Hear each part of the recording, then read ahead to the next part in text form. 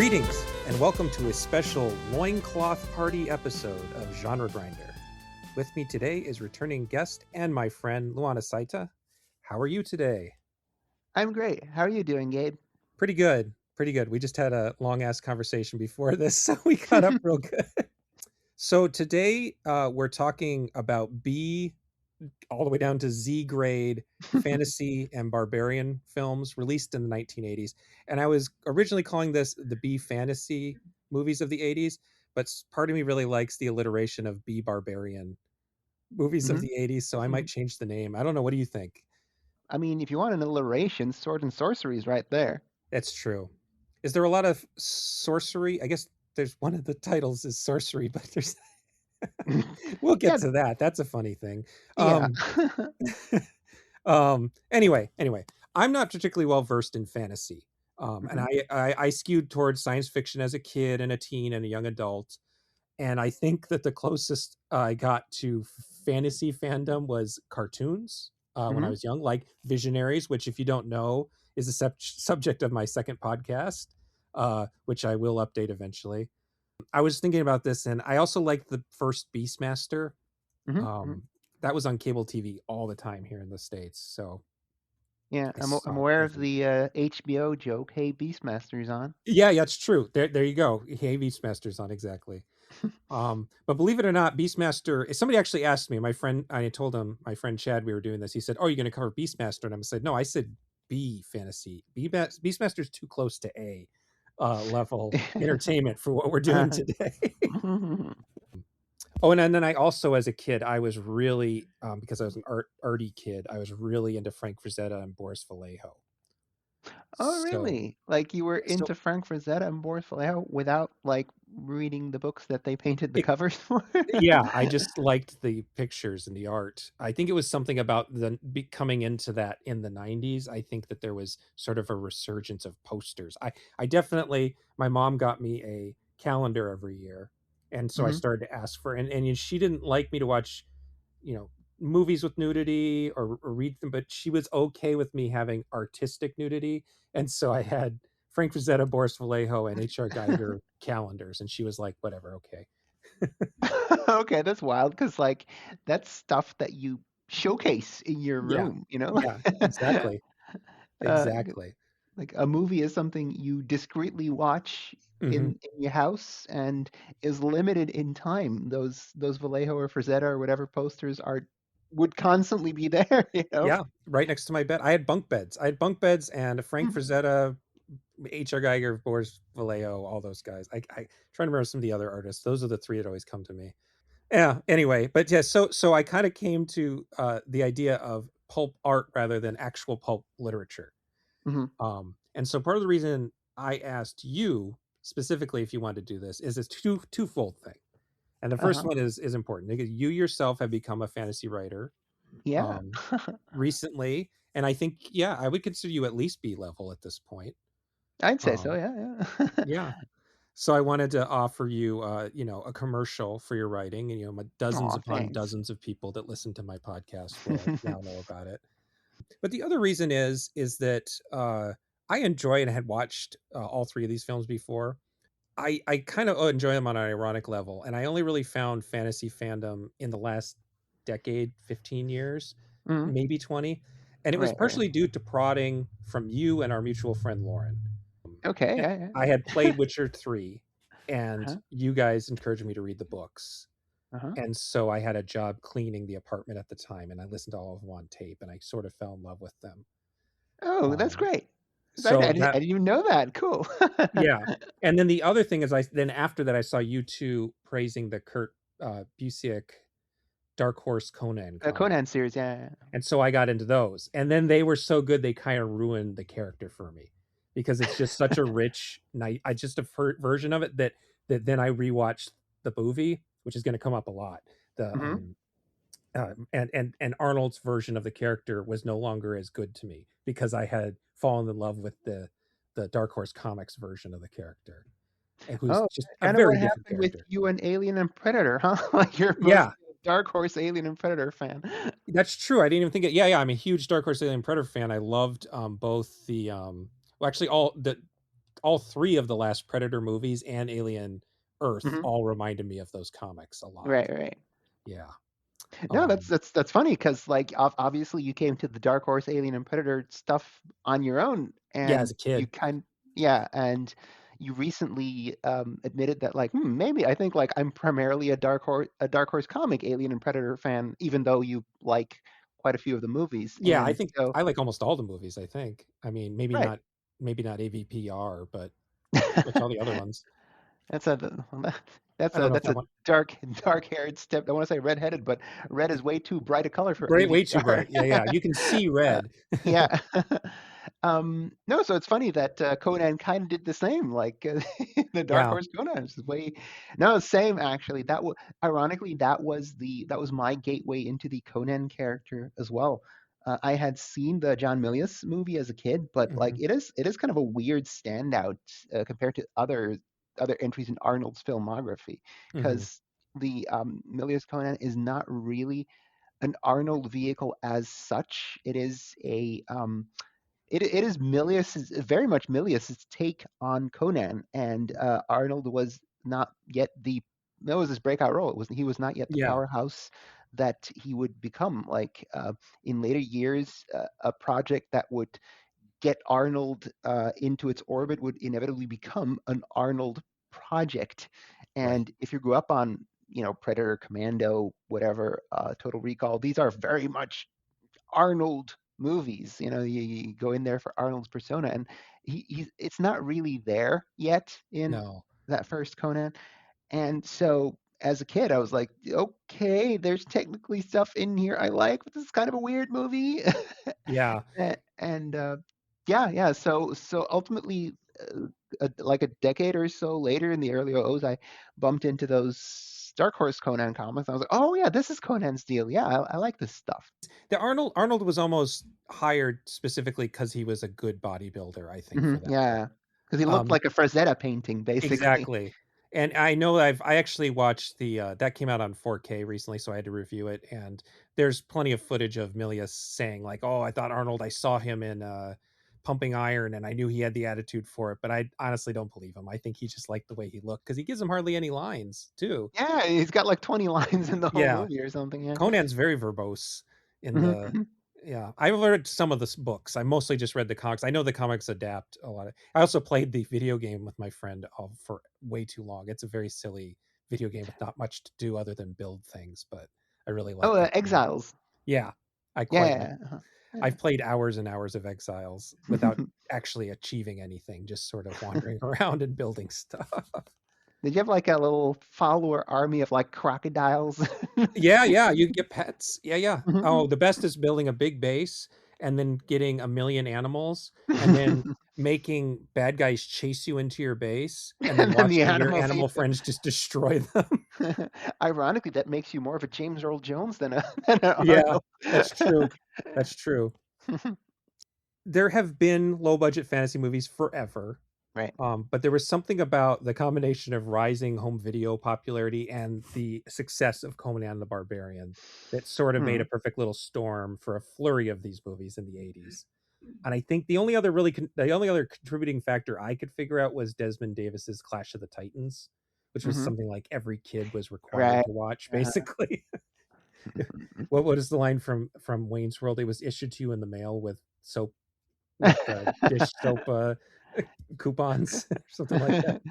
It is kind of weird because, like, okay, sure, I'll grant you Clash of the Titans because it's got like a Pegasus and a Yeah, Medusa and whatnot, stuff that a kid would go nutty for. But Milius's Conan is a weird one to have kicked such a yeah. fad off because it it is. I mean, I like the movie, but it's hardly an action movie. No, not It's like really. this prehistoric melodrama or Yeah, something. So the fact that not only that, it spawned dozens of cheap imitators, it also launched its star's career. yeah, That's crazy if you yeah, think about it. yeah. I mean, I if I'm 100% honest, I don't particularly like the movie that much. I think it's an amazing soundtrack and Uh-huh. visually really nice and cool. And I like the part where uh, James Earl Jones turns into a snake. Hmm. Um, but it's never been like one of my favorite Arnold movies or one of my favorite 80s movies for sure. Hmm. So yeah, I agree with you that it's a little strange, but it hit with people like it. Right, yeah. Well, and part of the reason this worked out well is I was like three movies, and I realized I could pick like the exact like the culprits of these kinds of movies, which are the Italians, always, Hmm. uh, Roger Corman, Yes. and the Cannon Group. And in Yeah. the 80s, those are the three groups of people that make rip-offs of Hollywood movies. Hmm. And it's a sort of like lost art. Rip-offs of Hollywood movies now are streaming service gunk. Yeah. And it doesn't have the same. I mean, I'm sure there's some good fun dumb movies in there, but it's just there's so much of it now, whereas this was like something you could stumble across and I certainly stumbled across Sorceress by accident. Hmm. I did not go seek this movie out or any of these. Well, no, I seeked out the second movie we're going to talk about, but for Yeah. different reasons. But Hmm. I just thought it was kind of cool that I found three movies because there was a lot of other choices, and I'm gonna talk about some of those when we talk about each movie. There was a lot. It was a big thing in the 80s, like, and it kind of died Hmm. off pretty Right. quickly in the 90s. It's just Hmm. sort of a weird little bump in time. Then yeah, we'll get started then. The first movie we watched was The Sorceress from Hmm. 1982. I'm gonna do my usual thing. I'm just gonna repeat the letterboxed synapses here. So they say twin warrior sisters raised in the wilderness and trained for battle must survive a bizarre world of monsters, cultists, zombies, and barbarians as they prepare for a final showdown with the father who once tried to destroy them. I mean, that is sort of the plot of the movie, but Hmm. that does not tell you much about the movie and what's going on in this movie, which is not to be confused with a 1995 Julie Strain erotic horror movie, also called The Sorceress. That kept on coming up when I was trying to find information on this one. As I would Right. like Julie Strain, I don't remember her being in this, but Right. uh, the credits will tell you this was directed by someone named Brian Stewart and written by Jim Wynorski.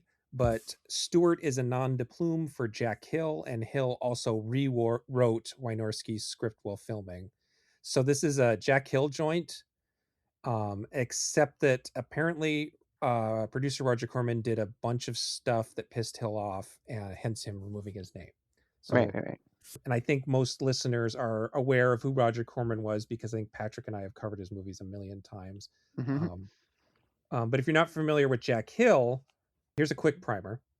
He was associated with Corman. A lot of times he was in various capacities in movies like The Wasp Woman and Battle in the Sun and The Terror.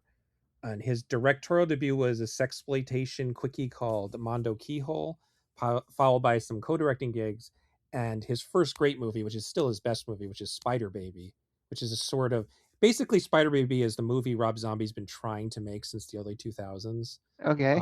Very sweet little horror comedy that you can even see things from Texas Chainsaw Massacre took from it. It's not scary; it's Oh. a comedy, but it's a great little movie. Hmm. And then he found his groove, and he's responsible for making Pam Grier a star. Basically, he supposedly Hmm. discovered her, and he put her in women in prison movies, The Big Dollhouse, The Big Birdcage, and then he wrote title roles for her for Coffee and Foxy Brown, which you're probably two of the better blaxploitation original run blaxploitation movies. He made Switchblade Sisters, and then he didn't solo direct anything again until The Sorceress, which ended up being his last movie because it went so badly. Hmm. Oh. So not a huge filmography, but he's has a handful of really vital exploitation movies. Like the Right. women in prison subgenre probably wouldn't exist as it does if it hadn't been for him.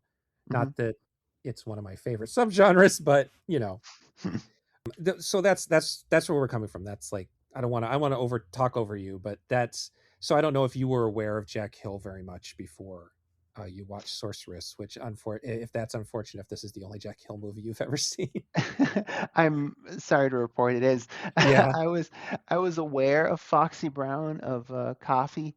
Hmm. I've never seen the actual films. I've seen some screenshots from them, Hmm. but not the. I guess the I looked at when in the early 2000s you had the rapper Foxy Brown, and I Hmm. looked up Right. where her name came from. It's like, oh, it's a Pam Grier movie. She's the lady from the Tarantino movie, and Yeah. so.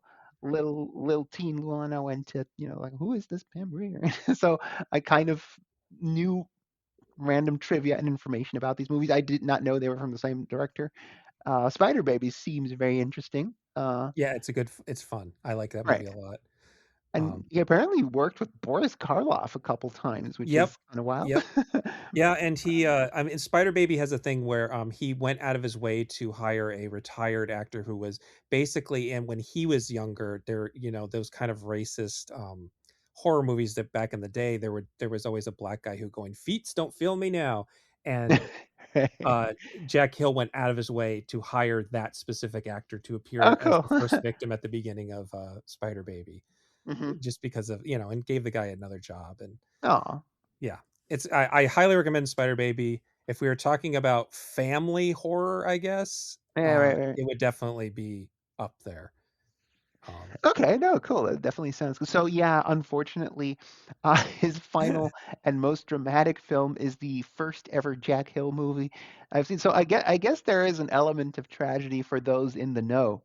To yes, such. exactly. If Uh, you're going by the credits, you don't even know it is Jack Hill. yeah. Even if you knew who he was, you wouldn't Mhm. know. You would just I'm assume he was surprised he some. didn't Alan Smithy it. Yeah, well, yeah, he just yeah, exactly. That would have maybe Corman wouldn't let him. I don't know. And I should say it's not clear to me that this was specifically made to cash in on Conan the Barbarian because it premiered in October Right. and Conan didn't hit theaters until May of that year. So that but there's also this whole thing of mockbusters that are sort of in production when you hear that a big studio is making something like Right, right, shit, right. this might be a hit. It's always very funny when they do that for movies that aren't hits. Can't think of one off the top of my head, but some movie that they're like, I don't know, I don't think this happened, but if for instance they had made a bunch of Cowboys and Aliens ripoffs and then Yeah. Cowboys and Aliens wasn't a hit, that would have been very funny. No, yeah, totally.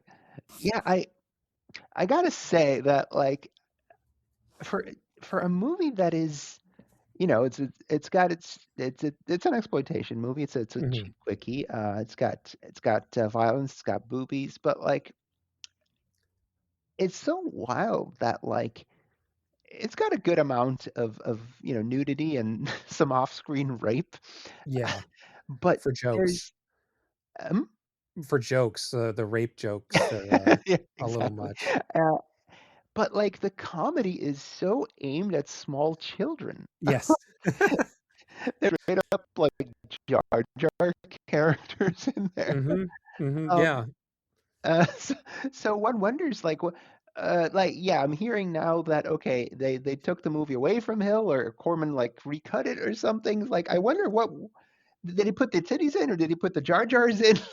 I feel like these things weren't in the original plan together, at least. Yeah, well, and that's one of the things is that, apparently, Corman cut out an entire reel, Mm, um, which is a lot. That's a lot of movie, that's right, right. apparently there is a 2+ hour cut of this somewhere, which I don't think I would ever wanna watch because this movie is very silly and fun in parts, but man, that would be a lot. He said that the script wasn't his originally, but he rewrote all of it.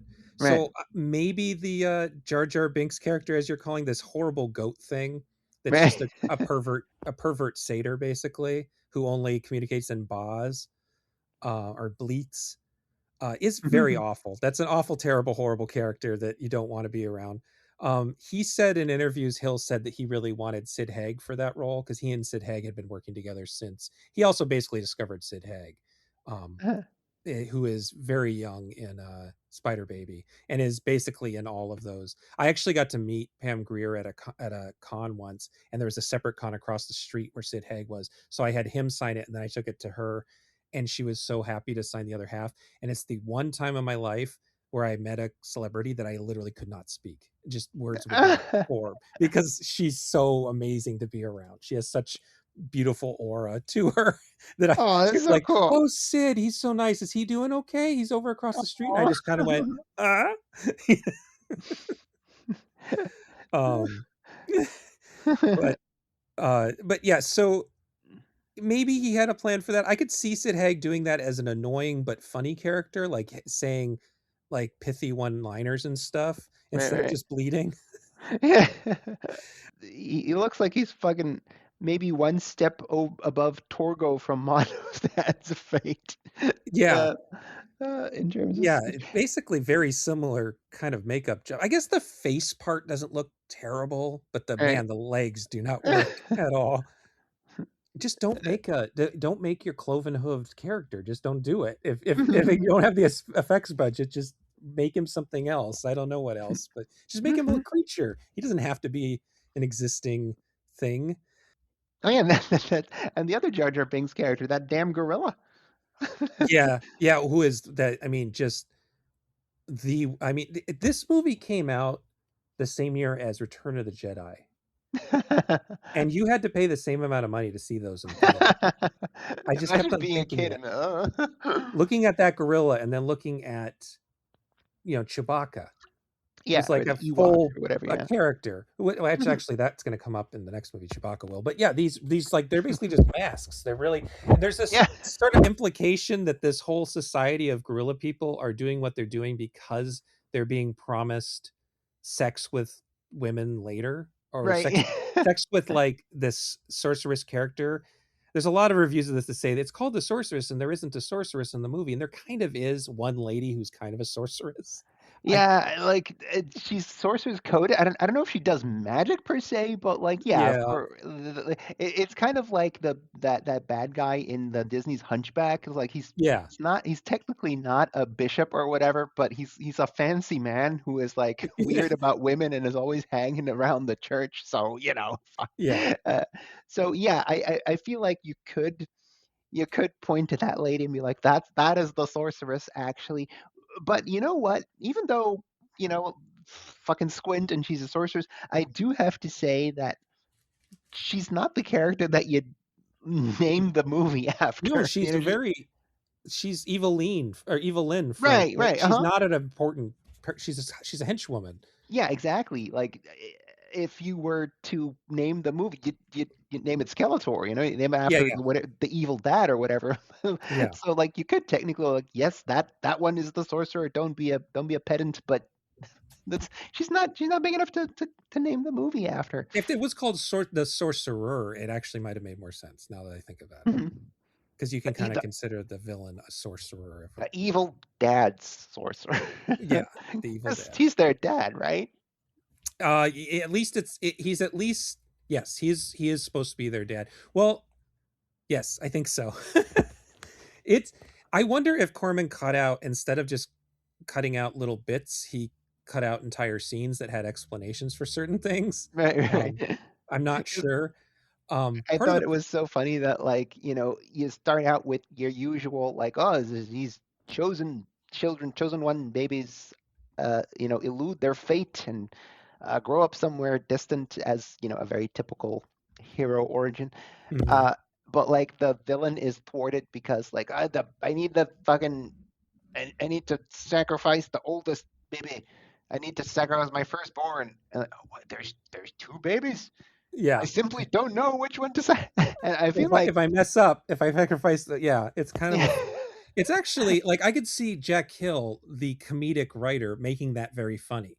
That right, that the big bad can't figure out what to do because they're twins, and if he sacrifices the wrong one first, he'll fail. That's kind of a Mel Brooks level joke, but right, it's yeah, not yeah. played for. No, yeah, exactly. It's really Like, the most disappointing thing about it is that um kind of the things that Jack Hill was known for was his wit, right, and okay, his appreciation of camp, and the fact that he wrote strong women. They were strong women who were sexually assaulted and getting revenge. Like, they were very, like, Coffee in particular is like just a revenge movie. It's not exactly progressive, a feminist view of women, but they were strong women. And the whole point of the Women in Prison movie is that you exploit the nudity and lesbian right, tension of it, and then you have them fucking kill everybody. That's what you do in those movies. And so he has this movie with two twin barbarians that don't have any personality and can't really fight, to our what we can see. It's just disappointing. It's just there's nothing there. And it's also made really weird because this was at the last minute move to Mexico. It was going to Mhm. shoot in some other countries. And so the majority of the cast is Mexican. And they're Right. clearly speaking English, but they redubbed all of them to not have accents. And it Oh, led them right. to Okay. redub the entire cast. And I'm guessing Corman just was like, I don't want to have to pay the English speaking actors to come back. Well, they all spoke English. I don't want to speak. I don't want to have the American actors have to come back. Mhm.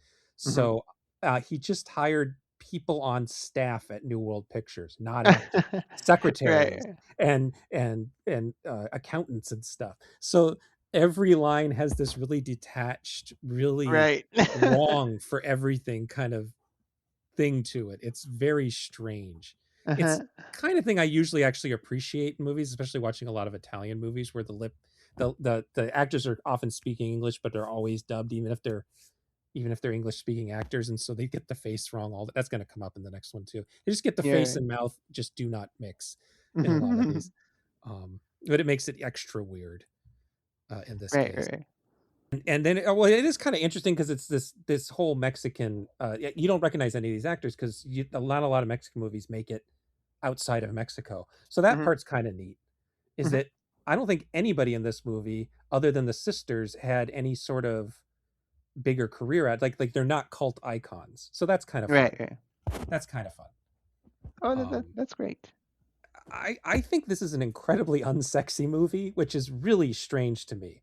But there's just something about every the way everything is shot that's supposed to be kind of cheesecakey that just is weirdly unsexy to me. No, it is crazy. Like it is. This is the era of Boris Vallejo. And you Yeah, literally have twin playmates as your fucking barbarian heroines, and like nothing. What? It's such a weird. Like they start out their first scene is like skinny dipping together, and it doesn't really look appealing. no, It's it's it's awkward so and yeah, crazy. Like what? How did you fumble this? What is? Uh, I think of like we were talking about Beastmaster yeah, earlier, and like that's a PG movie that somehow has Tanya Roberts topless skinny dipping with a friend, and that's kind of sort of innocently cheesecakey, cute, yeah. sexy looking, and and that's a PG movie for God's sake. There's just something so tossed together about this. There's no, yeah, I mean there's no passion to it. I have this funny quote Right. where Hill claims that he had a plot with twins in mind specifically because of Alexander Dumas' The Corsican Brothers, but I don't Hmm. believe him at all. And it's really funny.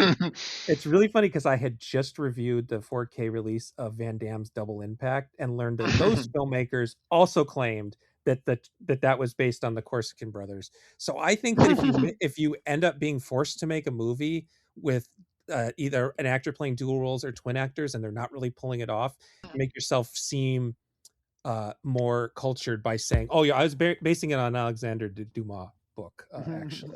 Actually, you're the ones who are not cultured. You don't know what my the sisters are not actresses. They were in two movies. They are their names are Lee and Lynette Harris. They Uh-huh. had just been in a movie called I, the Jury, which it's I can't remember his name now. He plays Judge Dredd's brother in Armand Sante. Armando Sante movie. It's an Armando Sante movie, and Right, right. they don't their characters don't even have names in that. They're just twins. So this is the only like speaking role for either of them. And it's not even their voices, it's somebody else's voices coming Right. out of It's them. for someone from New World Pictures. Yeah, some random secretary is voicing them. I have some funny facts on them though. They were born in Milwaukee, Wisconsin, only Okay. 4 years after my dad. They were born in 54. So, Okay. it's a small enough area that maybe they went to the same high school. I'll ask my dad next time we talk if he knew the The Harris Harris sisters. sisters. There's not a lot of information, but the funny thing is, if you do a Google search for them, you actually get more information about their indictment for not paying taxes on millions of dollars in 1989 than you do on either this movie, I, the Jury, or their Playboy career. That's And incredible. but this is fascinating because it appears they were given money by a mutual sugar daddy who was a sort of he was married, and he gave them millions of dollars, and they didn't report it on taxes. And this led they were found guilty initially, but they appealed, and it actually changed law here in Oh, America, oh wow. be- where money that mistresses are given is considered a gift and is non-taxable. Good on them. Yeah, so they like changed the world for mistresses. Now that is a worthy legacy. Yeah, it's so weird that I mean this court case has a bigger Wikipedia page than either of the movies they made. Sorceress. Yeah, so that was kind of exciting. Oh, that's baller, actually. Yeah, Good on them. yeah, they're still around apparently. They just are probably just living. They probably invested well or something. Mhm. I couldn't even Oh, find their spread. I'll admit, I looked for it. I was like, oh, if they were either Playboy's really good at um, taking that stuff down for copyright reasons, or it right. just wasn't that important of one, and people just don't share it. Mhm. I was kind of surprised. I Well, how, remember there like hobbyist pages that have like galleries of like every month since, yeah, but I guess yeah, I guess maybe, Google wouldn't promote them because I you know yeah, yeah. I needed to know it's where to look, copyright. maybe. How do you feel about Roberto Nelson playing a character named Elric, which is seemingly a reference to the Michael Moorcock character? Oh Which is a shit. character I've seen you fan cast before on social media. So I was like, oh, Elric. Okay, well, there's your Elric. This might be our only movie Elric, for all I know. Yeah, because is he called Elric? Really? I forgot. They spell it differently, but it is Elric. Oh, Ehrlich. He's called Yeah, Ehrlich. that's right. They switch them. They say Elric, so I'm wondering if they had to change it. Because Like Moorcock figured it out. the because actually I remember now looking up his name. He when I heard that name in the movie, I was like, oh, I wonder if that is a reference to Red Sonja's Ehrlich, because Ehrlich Oh, is like a deity, like the Conan always says, "Oh, by Crom," and yeah, Red Sonja would go, "Ooh, by Ehrlich's beard" or something. He would. So I was like, it "Oh, could have wonder been if that that's a." instead. But he does not look like Elric. Let me tell you.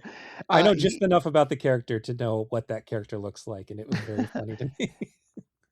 no like Elric, for those not in the know, is the albino emperor of Melnibone, the 428th emperor of Melnibone. He is a sickly albino who must take his meds to live, and Yeah, therefore being kind of the inversion of like hale and hearty Conan.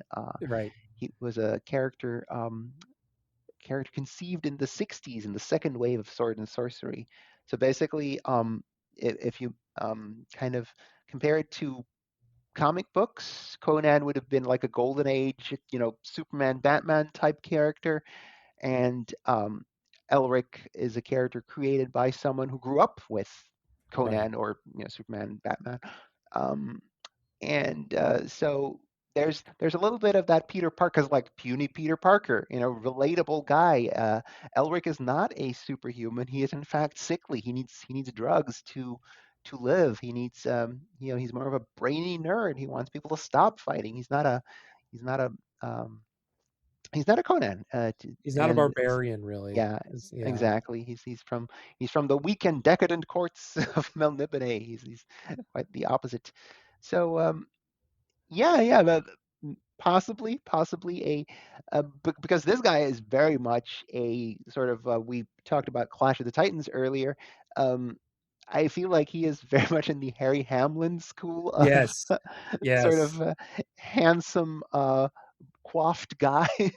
Handsome and athletic, not a bodybuilder, but yeah, Right, yeah. handsome, athletic. Yeah, yeah, Mhm. yeah, for sure. And there's that fucking is he a dwarf? Is he one of those famous cinematic dwarfs that are just human height? The Viking guy, his friend. I think he's Yeah, just a Viking guy. It's probably not a dwarf. he's actually called oh shit, what's Thor's brother is Loki? not Loki, the other one. Tyr. No. Oh yeah, that Balder. is Balder. I think he's actually called Yeah, Balder. Balder. Yeah. Yeah, so he's very Viking-esque. Yeah. But like Doesn't comedy have Viking. He's got a big mustache. yeah, He's like one of the parents in How to Train Your Dragon. Yeah, much easier to dub because of that mustache. His lip sync is Yeah, not. true, true, true. For all I know, that actor was just speaking Spanish on set because nobody could tell. Seems like a nice He guy. was the only one who was actually speaking Spanish. I was it's kind of a bummer that like you've got these two playmates and you don't have to be fucking great actors. Arnold No, wasn't a great actor when he did no. Conan. Milius was very aware of that. You can work around that. You can like, hey, okay, girls, let's do some fun stunts together. Let's give you some funny jokes. You know that fucking dumbass Barbarian brothers. What are those guys called? Oh yeah, they're gonna come up in the next one. Yeah, Right. Peter Paul or something, and something Don like Paul. that. Yeah, Uh, uh, bodybuilder twins. Yes. right. They weren't great actors too, but give them jokes, let them goof. I'm sure Yeah. the Lee and Lynette could have done something like that, but the movie is like working hard at like not giving them things to do. Uh, like they're paired up with fucking Timu Harry Hamlin and comedy Yeah. Viking Man. Yeah. So that they have dudes taking care of them, kind of. You know what? I, After when this movie was over, I was like, if these dudes were actually the leads, like Roberto Nelson and Viking Man, if these Yeah. dudes were actually the leads, I would have been like, hey, you know what? It's kind of cute that the love interests got as much to do as they did in this type of Yeah. movie. Yeah. But here's the thing, they weren't the leads. These fucking girls were the leads. So I'm like, eh.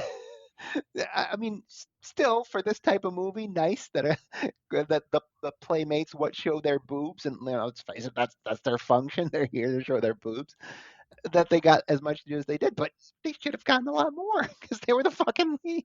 I was gonna say this later, but yeah, that Barbarian movie, the Barbarians with the Barbarian twins, that was directed by Ruggero Deodato, the Oh, director of Cannibal seriously? Holocaust, who Oh is a wow. very talented filmmaker in certain ways, but you have a huge language barrier Hmm. there, and he still managed to let them be funnier than Jack Hill, whose Right. whole thing is being funny and Right. clever.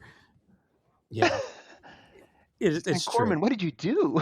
Yeah, yeah. I mean, there is part of me that would want to sit through the 2+ hour version just to Hmm. see if there was anything there, and just to hear the Mexican accents. I think that would actually give this Yeah. something.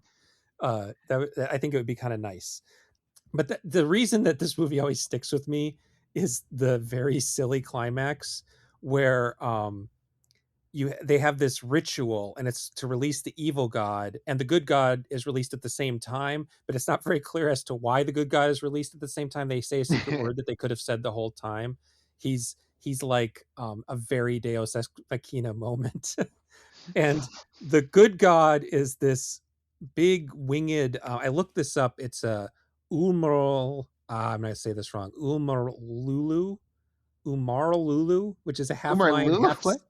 Okay. half lion, half centaur, is called a Umarlulu, apparently. Okay. Urmahlulluu. Umarlulu. Anyway, he's a half lion, half centaur thing. And the other one is just a giant woman's head with a half lizard face that Hmm. shoots lasers. Oh, And that's a it's sorceress. That's her sorceress thing that she does. and it has like lightsaber sound effects. Yeah. And they hang up in the sky just long enough to notice each other, at which point they start laser battle. It's sort of like two Muppets having a Dragon Ball fight. Right, right. Yeah, oh my God, yeah. And it's one of those things that I live for in B movies, where like those suddenly, after all this boring, tedious stuff, there'll be some weird thing that somebody thought was going to kick ass and doesn't, but then kind of does kick ass, because you're like, what were they doing? Why does she have a half lizard face? I Right. don't understand. And the funniest part is in the interviews with Hill. He was brought on at kind of at a semi, not even retirement, but like sort of a semi retirement. He wasn't really directing anymore because he was promised by Corman, hey, we have this new special effects studio and we're going to be able to compete with the big boys. And so Mhm, that was part of the mhm. reason he made this movie, is to work with the special effects. And then on top of everything else, David Lynch's Dune ended up taking over the studio in Mexico. Oh So shit. they couldn't even continue shooting. And then Hill had this weird claim that the studio exploded when nitrate film caught fire and that some people died and the Mexican government covered it up. I don't know if that part's true. That Uh-huh. sounds sort of like something an old man would say in his 90s when he's being interviewed about a movie he made once. But the fact that David Lynch's Dune came in and fucked it up for everybody with its bloated budget, and that ended up being a huge flop, and it's just very funny to me that this all happened. But unfortunately for this movie, that climax is in the trailer. So if you want to just see the part I'm talking about, you can just watch the Sorceress's trailer. It's a really fun trailer. But yeah, you were talking about you're calling the guy Jar Jar, and I came to the end of this movie. I'm like, I think that part of me tolerating movies like this is part of why I'm not as annoyed by Jar Jar as some people are. I think I'm just like Jar Jar doesn't seem that bad when you watch enough things like this. No, true, true. I mean, I don't hate Jar Jar all that much either. I love him on the cartoon. I don't know if you ever watched Clone Wars, but they figured out how to use him on that. He was great. I Yeah, loved him. he has that undercover storyline with the Contessa. Uh, Yep, and he has this great episode where he goes with Mace Windu, and mhm. Mace Windu figures out over the series of 2 episodes why people like Jar Jar, but so much of the first episode is every time Jar Jar speaks, Mace Windu is just rolling his eyes because he's like, Yeah, "What the fuck?" right. My favorite actors in the whole movie are all the little Mexican kid extras that are looking directly into the camera and posing themselves next to the main cast. They're just like they might as well be getting like the duck lips and peace signs. And I'm gonna try. I was trying to find nice things. I think that some of the production design it looks cheap, but in a kind of fun way. Like there's a bustling market. It only has 8 stalls, but we built a market. Yeah, yeah. Mhm. This is what you expect from a budget version of Conan. You know, Yeah, we I kind mean, of I think the design of the Irma Lulu is cool. yeah. Like it's not very not a lot of motion in that puppet, but There's and there's some and I, undead warriors. They're oh kind of yeah, that's cool, kind of cool. Yeah, kind of like the Knights Templar from the Blind Dead movies. Yeah, the action's bad. I tried to find something. They all the funniest thing about the action is if you watch enough early kung fu movies, you get an eye for when they've overcranked to make slow footage look faster, yeah. and Uh-huh. they're overcranking to make it look faster, and it's still really glacial. Right, So they right, must have been going so right. slow on set. um, and then the soundtrack's good, but that's because it was by James Horner and written for That Battle was a Beyond the Battle Beyond the Stars. Stars. Yes. And The Corman most reused used that Corman constantly. score of all time. Yeah. Yeah, exactly. But this did well enough that Corman had a sort of little run of these. The Deathstalker films are the most famous. I think Deathstalker 2 is actually pretty funny. The Warrior and the Sorceress, which is sort of an adaptation of Yojimbo, starring a very, very drunk David Carradine. Oh shit. Um, uh, there's a 85. There's a children's movie called Wizards of the Lost Kingdom, and then there was a 1985 movie called The Barbarian Queen. I haven't seen those last two. Right. Um, and the one definitive good thing about a lot of these movies is that they have cool poster art. Some Yeah. of some of them by Boris Vallejo. This one is by Joanne Daly, who Mhm. did the Scanners and Creepshow posters. Really great classic posters. And there's one by an artist named Robert Tenenbaum that I really thought was Simon Beasley, Hmm. but apparently Robert Tenenbaum did a bunch of Kiss covers. Oh, right, right. So cool stuff. Jack Hill's still alive. He's 93 as of Oh this wow. recording. Yeah. I guess he got the last laugh over Corman. Yeah, over Corman. Well, Corman almost made it to 100. I think Corman was 99. Yeah, So yeah, we'll indeed. see. We'll see. Hill's got a little time. And, but so yeah, so that's all I got on Sorceress. Do you have anything else to add for that one before we move on? I thought the sorceress lady was pretty hot. Yeah, yeah, uh, yeah. like she was like she got the assignment. I feel I think maybe the villain did too. I think yeah he he had a did look yeah about him. Yeah, uh-huh yeah. I think not that's not that he part was of what you hot, said but with like the fun fun Mexican actors yeah, throwing themselves into it. Yeah. Um, but yeah, that's about it. We hadn't really said that about the villains. So like, yeah, they got the assignments. So, yeah, yeah. uh, He so I looked guess pretty our good with a final Mexican verdict accent. was that it's a what a shame because it's a cool concept having twin Yeah, playmate warriors. Well, Maybe they should have remade this one instead of Deathstalker, because people actually yeah, like exactly. Deathstalker. Maybe they should Yeah, have remade the indeed. bad one. That's always a thing that you know, people say that. Like, why do you remake good movies? You should remake movies that didn't hit the mark the first Yeah, time. yeah. A movie that has a good idea but sucks. It's great. It's Yeah. great. Uh-huh. Well, let's move on to the Italians. On from Yeah. Corman to the Italians. We got Conquest from 1983. This is described by Letterboxd as to mark his passage into manhood. Young Ilias is gifted a magical bow by his father and embarks upon a journey into the wilderness to rid the land of evil, all while battling the witch Okron, who wishes to steal the bow for her own nefarious ends. Again, you'd be forgiven for watching this entire movie and not getting any of that information from what happens. The Italians have a very long tradition of peplum or sword and sandal movies. Right. Hmm. This goes back to the silent era. The big peplum famine happened in the 50s and early 60s. It's generally considered the first of many post World War II fads that led to stuff like spaghetti westerns and Right. giallo and Bellicio Tesci movies. Peplum movies, some of them are fantasy movies because they'll add they're all Greek and Roman type Hmm. stories, but they'll add stuff like cyclopses and Right. Right. stuff like that. The Italian fantasy fad like this followed Conan, like just like the Corman one did, which was apparently super duper popular. And it ran alongside a different fad of post-apocalyptic movies inspired by Mad Max 2 and Escape from New York. Hmm. And those movies were more popular and they have a longer sort of tradition, but these all existed kind of at the same time and they kind of bled into each other in the more interesting cases. And I just wrote down a couple of the Barbarian ones here.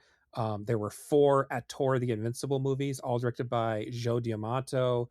I cannot remember Joe's real name off the top of my head. He has a very, hard to pronounce Italian name. Joe D'Amato was a cinematographer, really good cinematographer, made a lot of really trashy, gory horror movies, and basically retired into pornography and was a very respected hardcore pornographer. But in Right. the 80s, he made a tour of the Invincible films. Uh-huh. The fourth one was released as Quest of Oh, the Mighty Sword. he did fucking Black Emmanuel. Yes, he did. He did Okay. several of those actually. Yeah. Yeah, that was kind of his because those weren't hardcore, but that was kind of his thing. Yeah, he did the movie Beyond the Darkness, Buyo Omega, which is one of my all-time favorite gore movies. It's just such an uncomfortable, gross movie about Mm, a man whose fiance dies and he tries to bring her back. Like he embalms her and leaves her in his house and starts mm. murdering people who discover her. Very gross movie. Just Okay. icky fucking movie, but the best kind of icky movie. That's my favorite Okay. genre. Then they did a reboot of Hercules, directed by Luigi Cosi, who these days he's basically Dario Argento's friend that runs the store in Milan. Right. So if you live, is it Milan or Rome? I think it's in Milan. If you go there to the store, very high chance of meeting Luigi Cosi. And this starred Lou Ferrigno, and Mhm. it got a major release. It was considered one of the best bad movies ever, but you can see the effort on display in that one. Then there was Thor the Conqueror, which has nothing to do with the Norse god or the Marvel comic character. Then there's the Barbarians, which we just talked about, which was actually a co-production with Canon Films, who we're going to talk about later. And like I said, directed by Ruggero Deodato. Yeah, I have here Peter and David Paul were their names. Oh, right, So, right. so between them, they had 3 apostles. Yeah. um, and I almost picked that movie because it's very funny. But then I was like, oh my God, we'll have 2 movies about dumb twins with 0 acting ability. And then I'd have to find a third one because it would then whatever movie we covered after that would seem out of place because it didn't have stupid twins. So Right, right. that was why I decided not to do that eventually. Okay, okay, So yeah.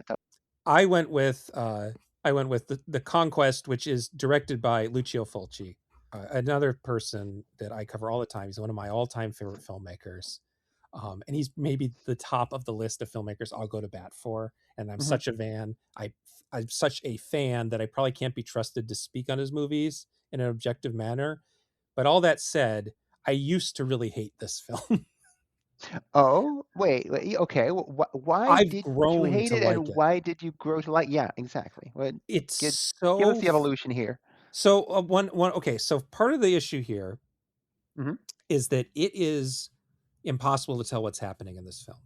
Fulci had been doing this very it was a thing he liked to do in the 80s, was this like soft focus, super diffused thing, and he took it to a major extreme.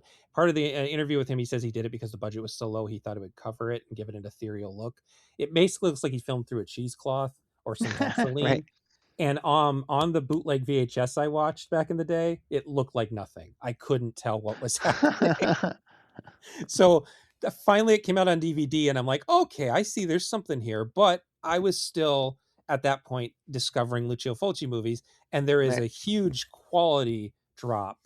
At this point in his career, Fulci was just coming off his high point. Like he in the 60s and late 50s and 60s, early 70s, he made very popular, stupid comedies that I have not brought myself to watch because most Italian comedies I find really awful.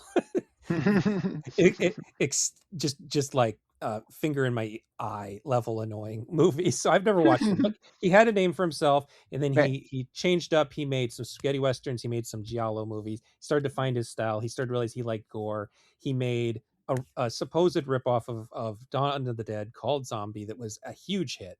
And so then Right. he's like, gore is my thing. So he made a series of very gothic, very evocative, very verging on avant-garde, but also really trashy um, zombie movies, basically. And so Mhm. this is like him at his ideal, where he's like, oh, I'm actually a very like, you go through a phase, these phases as a Fulci fan. When you're young, you're like, hell yeah, violence. And then you get a little older, you're like, well, it's a little silly, but I still enjoy it. And then you get a little older, you're like, maybe this isn't as good as I thought it was. Then you get a little older, and you're like, no, this is a very talented filmmaker who also likes trash, Right. and Right. you come to respect it, you know. And Okay.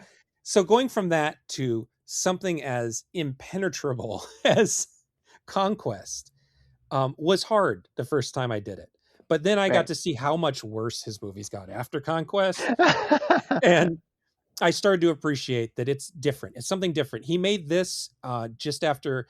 I thought that we had covered it when you and I covered Dangerous Game Show movies. Mhm. I remembered us covering Fulci's film, but I looked back and we actually didn't. It was called The Warriors in the year 2073, and there was for years Fulci accused The Running Man of ripping him off because Mm. I don't think he knew that there was a Stephen King book. They are very Right. similar movies. Right. Um, Right. but those are both, that and Conquest are made at the same time. So he has this very, Running Man meets Mad Max movie and a fantasy Mhm. movie, and those are the Right. only two he ever made. He never made another fantasy movie. He never made another sci-fi movie. Okay. Right. Oh. And so then you start to appreciate he was trying something different, in part because the industry was collapsing and the video market was getting better, so that producers were like, well, I don't have to put any money into this production because I don't even need to make prints. I don't even need to print up things for theaters. I just need to send it off to the video people, and it can look like shit because the resolution's so low. So, like, he's doing something here is basically what I come around to. Mhm. uh, and I'm gonna most of the information I should say I get about this movie is from Stephen Thrower's Beyond Terror, the films of Lucio Fulci. Mhm. Um, that said, the chapter on this is really fucking short.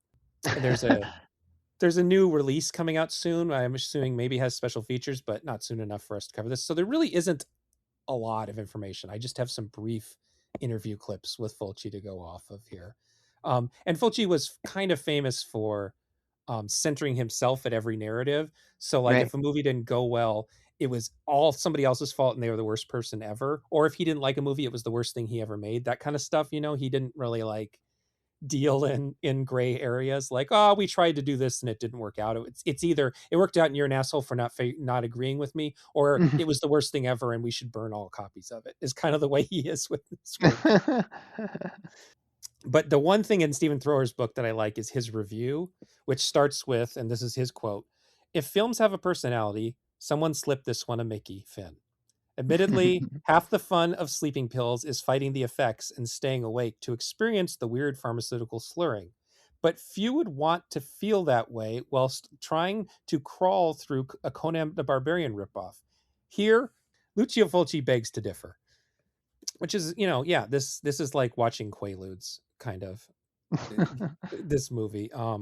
The one thing I did learn from the book is that this might have not been directly a Conan the Barbarian ripoff, as a two-prong ripoff of Conan the Barbarian and Jean-Jacques Anard's caveman movie Quest for Fire, which came out in Right. 81 and itself was apparently a huge hit in Italy. And technically, Ruggero Deodato's The Iron Master was a ripoff of that, not Conan. And when Hmm. Iron Master became a hit, then everybody started ripping off Iron Master, which is something that happens with these, like when um you know, Fistful of Dollars is basically a ripoff of Yojimbo. Yojimbo was a hit, but Fistful of Dollars was a bigger hit, so everybody tries to make Fistful of Dollars again. Right, right, right. Cannibal movies were a ripoff of A Man Called Horse, but the Cannibal movie was the popular one, so you copy that, not A Man Called Horse. And so Right. Uh-huh. that's where you end up here. So that makes it make a little more sense to me too. It is definitely a fantasy movie. There's more monsters in this movie and magic than any of the other movies we talked about. But I get that it's also kind of a caveman movie. Right, yeah. That kind of made sense to me. These are sort of like you said about Conan as a prehistoric story, which Hmm. is something I didn't get for many years. I like it's to me fantasy isn't completely fantasy's He-Man. It's a completely different universe from ours. It's not our past. So that's like that's another thing that made me a little more appreciative. Oh, they're making a caveman. Did you know that, He-Man is technically our universe too? Yes. Because his mother's an astronaut. That Right. Right. It's a different universe, though. You have to at least go somewhere to get to. Sure, Was it sure. Etheria? It's I a can't different remember what it's. planet. It's our universe. Yeah, yeah. Different planet. It's Whereas the actually idea, crazy, like how much of like the famous fantasy series are just technically our prehistory.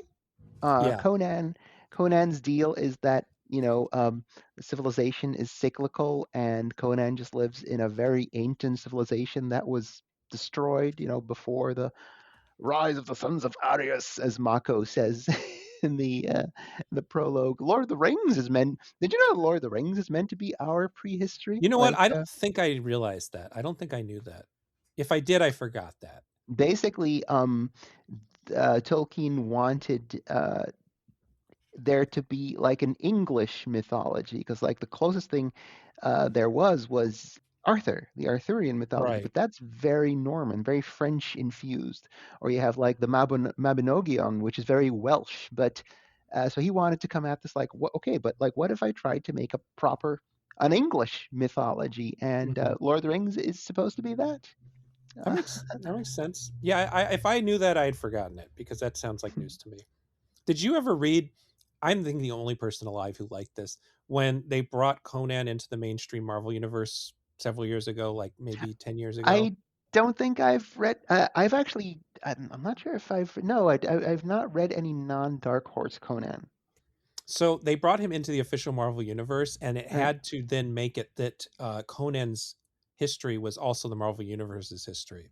Okay. And So I think a the lot of people hated that, but I right, kind of right. liked it. I kind of thought it was neat that Conan Okay. comes into the far flung future, and it's like, oh, this is the future now. It's like not, Spider-Man.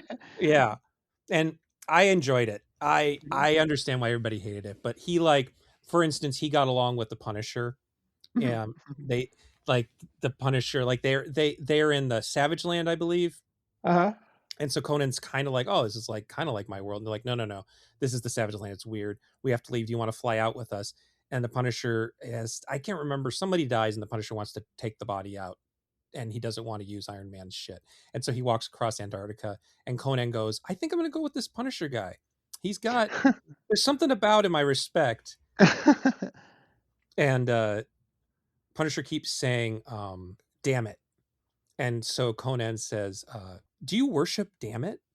And he says, no, no, it's a curse. Oh, so it's like saying by Crom. So the idea that Conan Yeah. thinks of a worship and a curse as the same thing, I thought was very Right, funny. right. It was cute. Yeah, okay. And he doesn't really, oh, there's a whole bit where Spider-Man's telling him he can't fight, blah blah blah. And he's like, Spider-Man, you are you are defending the land of kings. Like, who do you think, what do you think you're fighting for? Like, it's this whole weird, like, Marxist thing Right. that Conan just whips out at Spider-Man, and Parker doesn't even know how to take it. He's like, "What? Well, no, nuh-uh." I thought it was sort of interesting stuff. Again, get why people hated it. I kind of liked it. I'm kind of sad it ended so quickly, but anyway, sorry, No, sorry. that's fine. Always happy to hear from Conan incarnations I was not familiar with. I think I've read I think that panel has gone viral. I think I've seen Has him it? like sort Okay. of I think I've seen Conan give Spider-Man shit for like, oh, you defend the nobility or whatever. Yeah, indeed. Yeah, it's something like that. It's something Mhm. like that. Yeah, that was when once you started in on that, I was like, no, that sounds familiar, and I definitely haven't read the book itself, so that panel must have gone viral. No, regarding Conquest, I was like, yeah, this is like a whole lot of kind of like impressionist bullshit. Hmm. Um, Obviously, also meant, also born out of a low budget and producers telling Fulci to be like, yo, could you do a fantasy one? Could you do a prehistoric one? For one for them, as it were, and also learning that he always puts some shit of himself in there, and if he's not able to do that, then who gives a fuck? Yeah. Um, but while I was watching this, I was like, this is all. I kind of ha- had that background, knowing that he's a horror guy, but fantasy was just something that was a fad at that time. Tried his hand at it once and never again. So I was like, yeah, okay, he cares about the texture of things. He cares Hmm. about the sensations, the lady getting bone tomahawked into, Hmm. the weird masks, and like the witch having like the fucking Doctor Doom mask and riding Yeah, the she's got snake. Destro from Yeah, G.I. Joe. GI She's Joe. totally nude except for the Destro mask. Yeah, yeah. I feel like it's just about weird enough that the type of person who would dig up this movie would kind of like it because of like, oh, there's constantly weird stuff happening. Yeah, okay, sure, there is weird stuff happening, but it is like that critic said, it definitely feels like you're on Quaaludes, like to the point where it is a more personal movie than something as completely mercenary as Sorceress. Like I'll respect it a little bit more, but I'm not saying that I strictly enjoyed it more because of that.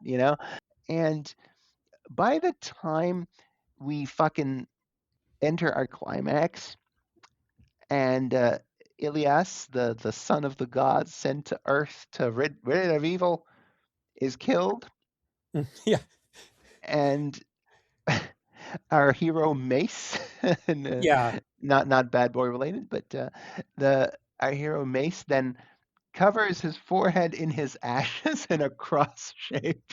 yeah. I was like, oh, okay, oh, fucking K. Like everyone, like everything I'd read about this movie, oh, it's so impenetrable. It's so, it seems beamed in from a different dimension. Then you get to the climax and it's, oh, it's just a fucking Jesus analogy. Yeah, Come well, on. but you know what's funny about you saying that is that I Mm. feel like Sorceress is kind of a Moses analogy with Oh, with because the the twins get, yeah, yeah. they're both coming from Christian mythology. Yeah, totally. Oh God. Then what the hell is Gore gonna go Oh, we'll have through? to think about that. We'll I have was to like, think about it. Yeah, I oh, mean, he Fulci. must be Job because he's tormented by Arnold Vosloo. There you go. He learns to stand up for himself. There you go. He's Job. Yeah, yeah, yeah. Okay, yeah, sorry. Back to Conquest. Oh yeah, yeah. So, but Fulci likes esoteria. He was a really big Lovecraft fan, so there is some of him definitely in this movie, and the weird stuff. Some of it doesn't connect because he didn't care. I don't think he's like, hey, Mhm. let's have a scene where some spider creatures that look like slee stacks from Yeah, Land of the Lost. Let's just yeah. have, or they're like mummies wrapped in web, basically with slee stack faces. Let's just do that. Let's just have this be a thing, and this is another you know part of the hero's journey. And I think for that reason the movie gets better as it goes along. I think when it has its beginnings are like trying too hard to be sort of mindful and Huh? sort of there's a certain thing about Fulci was too old to be a hippie, and he was too critical of that kind of stuff. But he has a lot of LSD imagery in his movies, which I don't think Hmm. he ever took LSD. I maybe Okay. he did, but I think that it was just sort of like he was interested in that as like being stuck in a dream state. He was a very depressed man. He had his wife. I think his wife had already died at this point. He was very sick. He had Oh. one of his daughters was fell off a horse and got her back broken and was confined to a wheelchair. He had a really rough life, but he was an intellectual. He was way smarter than a lot of these Italian filmmakers. Like Dario Argento was a nepo baby, you know. Um, Hmm. so like he's easy to like and hate at the same time. So he's an interesting character, and I feel like he, as soon as he throws out all that hippy dippy shit at the beginning of the movie, it gets more interesting when it just becomes mostly Mace. I think in some countries this was called Mace. It was just named after that character because he's really becomes the lead. Right. Um, but I think a lot of those scenes where Mace is having to do like he goes to basically the dead marshes. Hmm. And there's this one really cool image that I think someone should reuse where it looks to me like instead of dead marshes, there are zombies under the water, but there's also like armor, and the trees have grown into the armor, and the skeletons in the armor are like in the trees. It's such a hard, it's so hard to tell what's going on in this movie. I might have just imagined that, in which case someone should definitely use that in something else in the future. But there are these sort of like hero's journey things where like, and now he has to, not hero's journey. What's Hercules does the trials of Hercules kind of thing where you have to do this and this and this and this to achieve whatever you're doing. And that point of the movie I like. I like when it's just Mace doing shit in weird places with different monsters and different zombies. I'm sure there are zombies in this movie because the producers went, "Hey, Lucio, you got to put zombies in this movie. It's in your contract. You absolutely have to put some zombies in here." So, and I like those water zombies. They're pretty cool. But at the same time, if this would have been Fulci, like there's a part of me that thinks there's an alternate universe where Fulci got his whole crew from those gothic horror movies, and he made this with them. So he was not working like he was not working with screenwriter Hmm. Dardano Sacchetti. He was not working with composer Fabio Frizzi. He was not working with cinematographer Sergio Salvetti, and he was not working with effects artist Giannato De Rossi. Those were all people, and I can't remember the name of the production designer, but there's all these people who were with him with all these other movies. And I think that in another world, you get all those guys because if you take the movie City Living Dead or The Beyond and you take out any one of those elements, Hmm. it has the possibility of being this weird and silly. Right. But when you have all those elements in place, it's something special. And I think that there's another world where this movie was the fantasy version of those kind of gothic horror movies. Right. Right. And a funny side note is that I just found this out. Gianetto De Rossi wasn't available because he was poached by De Laurentiis for David Lynch's Dune. Oh shit. And because of that, he actually did special effects for Conan the Destroyer in Uh-huh. '84, and then he was the special effects guy on the failed Kevin Sorbo Called the Conqueror movie in How the the '90s. concrete. So, but it's just funny that Dune messed up another movie. It's not two of the three movies we're covering today. So yeah, this is it, borderline inscrutable movie that is so inscrutable that I understand why people are putting meaning behind it. You know, but Yeah, totally. it's not really. I don't think it's really there because I don't think Fulci cared enough. Right. Um, because he'll say, I mean, he'll say stuff like in City of the Living Dead. There's a scene. Have you ever seen that movie, Luana? And the only other Fulci I've seen is Zombie Flesh Eaters. Okay. But even that's like 20 years ago, so I don't remember much besides a zombie fighting a shark, I think. Yeah, that happens towards the beginning. Yeah, okay. In the movie City of the Living Dead, there's a character who is sort of he's sort of coded as mentally disabled. He's not really, you don't know what he is, but he's sort of like the misfit of the town, and he's being Mhm. blamed for all these murders, even though the murders are these impossible things like people vomiting up their intestinal tract. Like I don't know how you murder someone that way. But there's a scene where he's hiding in someone's garage and hiding with a daughter, and that one of the main characters comes and he sees his daughter with Bob the freak, and he's like, oh my god, it's Bob the freak, and he grabs Bob the freak, and accidentally turns on a power drill and slams Bob's head in slow motion into the power drill. It's really spectacular special effect. Fulci, with a straight face, says that was actually my attempt to defy a certain type of fascism, and he meant it seriously. And you can really look back and say, okay, what he's trying to say, that we're judging these people that aren't doing anything and we're murdering. Like, I get it. I see where he got to fascism from there. But when you interview Fulci about this movie, it's just like, I don't know. I thought it was kind of cool to like make it all foggy. You know, Right, he right, wasn't in it the same way he was in some of these other right. movies. Uh-huh. So I think it's okay not to like this movie. I think it's okay to like this movie. Either way, yeah, you don't have to pretend that Fulci was really putting his heart and soul onto this one. Like I said, I can't be trusted to look at these in an objective manner, and I think that I actually can in this case. Right, right, I would right. not. I don't do psychedelics because I don't like hallucinations. But Mhm. man, I think this would be a terrible movie to trip to. It's like it has a Yeah, sort of dull headache-ness to it. I see a lot of people that are like, "Oh yeah, man, this movie would be great to trip balls to," and it'll be like these completely, off the wall, mind fuck type of movies. But those seem like the types of movies that I would not want to trip balls to because they're already so, so discombobulating, so Yeah, alienating. I would want to trip balls to stuff like Step Brothers or Anchorman, like. yeah. It's just something that makes you giggle. Yeah, exactly, Yeah. exactly. So yeah, yeah. No, I'm there with you. Haven't It's been a decade since I've taken psychedelics, but I wouldn't have done it to a movie like this. No. But as a Fulci movie, this is gore. There is gore in this. You mentioned the showstopper is at the beginning. They clobber dude in the head and they expose his brain. They reuse that effect several times. Basically, the monsters in this movie just love clobbering people and exposing their brains. Um, but they grab a woman and pull her apart like a wishbone. Right. And then they behead her and eat her brains. Like it's one of those effects that's not convincing but gross. You know, Right. Yeah. Yeah. um, and it's funny because Fulci really clearly didn't think he got that right because he did it again in 1990. He made a cursed nun movie called Demonia, where he rips a man in half this time.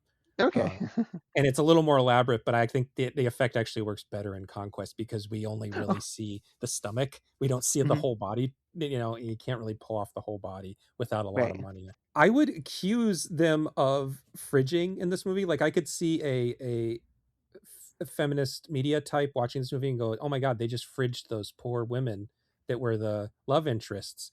But at the same time, I think the love interests are the two men.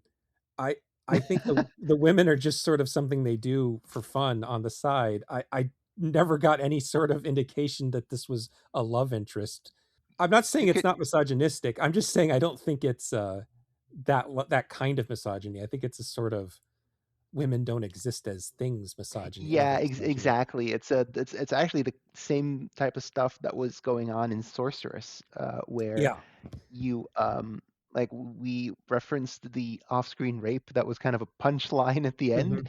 but there's actually another one like a little more dramatic at the start of Sorceress where like the foster family gets killed by the evil wizard or king's men, Mhm. and that they take time to establish that they also rape mostly off screen the foster sister, Yeah. uh, and it's like, oh, okay, like this happens while the twins were out skinny dipping, and Yeah.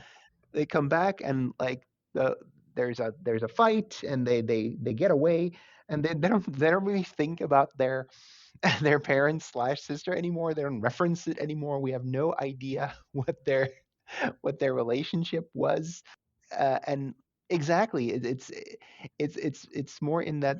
I mean, yeah, sure, I guess the dad was there too, but like 2 out of 3 were women here. Mhm. It's the sister that got raped, Mhm. so it's definitely more like, well, yeah, we have these women here, what do you do with them? Rape them and kill them, I suppose. you know and yeah, yeah, no, Conquest has that too. There is a sort of romance that kind of happens with the Jesus and the and the The and that caveman girl, woman. but yeah. But like, Caveman yeah, woman. she's on I screen for didn't like say that 3 minutes, ironically. I man. just said caveman woman. I just sorry. 3 minutes of Yeah. screen time, I think. Yeah, yeah. I think that this is something that if you watch, like me, a lot of Italian exploitation movies, just not being hateful towards women feels like a win sometimes. Yeah. Like Like we're there not taking extra time to degrade right, and and we're not like the worst thing that happens like especially those cop movies is that the cops beat up women who deserve it. There's like right. implication of the scene. It's not even like Fulci was famous for murdering women. In fact, just before this, he made the New York Ripper, which is probably the most. I would say that and Cannibal Holocaust are the two most irredeemable movies I own copies of. That like I can't back myself up. But he was more about just watching people be broken down. Like he really liked the idea of people melting and deteriorating and being ripped apart and eaten and stuff. And so he made them women because he could also show breasts at the same time. um, Right. but I never got I the killer in New York Ripper is definitely a misogynist. There's no question there. But I never got the impression that Fulci as a man was any more misogynistic than the average 50, Right, right. 60-year-old Italian dude in this in 80s Italy, you know. Yeah. But so yeah, there's that going on, and there's something about the pseudo romance between the male leads that I kind of wish they would have, like if it was made in a different era, they could have just gone that way, Yeah. instead of making it sort of like a bro code mutual respect thing. It'll be like that they actually do, because then why else would Mace agree to help this guy? He's not. Mace is a more Conan coded character, and this he's sort of neutral in everything. Yeah, and he's very much like, I'm bitter and cynical. I lost my family, and there's no good in this world, kid. Yeah, You'll learn when you get to my age or whatever. So why does he stick around? No, it's maybe because he he's loves him. It's the only reason I can find is that he loves him, and he puts his lover's ashes on his forehead and across at the at the end he is a towards the bride of final. Christ. Yeah, yeah, yeah. There's also a part where the or Ilias gets hit by poisoned arrows, and he gets all these pustules all over his body.